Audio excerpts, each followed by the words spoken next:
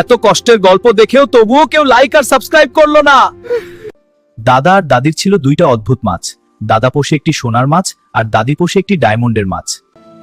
এই যে তোমার খাবার এনেছি, খাও খাও। বাহ, তুমি খুব তাড়াতাড়ি খেলে। দাদা প্রতিদিন যত্ন করে তার মাছটাকে খাবার দেয়, পানি বদলায়, ভালোবাসা দিয়ে দেখাশোনা করে। অন্যদিকে দাদি তার মাছটাকে তেমন একটা খেয়ালই করে না। সে বেশিরভাগ সময় বন্ধু বান্ধবদের সাথে আড্ডা দেয়। হ্যাঁ, আমার বন্ধুরা এসেছে। দাদি কেমন আছো? কিছুদিন পর দেখা গেল দাদার সোনার মাছটা অনেক বড় হয়ে গেছে। শুধু তাই নয়, আশ্চর্য ব্যাপার, মাছটি প্রতিদিন একটি করে সোনার ডিম দেয়। ওয়াও, কি সুন্দর সোনার ডিম, আমি খুব খুশি হয়েছি।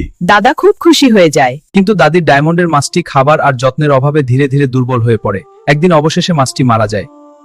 এটা দেখে দাদি ভীষণ রেগে যায়, ঈর্ষায় তার মন ভরে যায়। রাগের মাথায় সে চুপি চুপি দাদার সোনার মাছটাকে একটি বিষাক্ত পদার্থ খাইয়ে দেয়। মুহূর্তের মধ্যেই মাছটির পুরো শরীর নীল হয়ে যায়।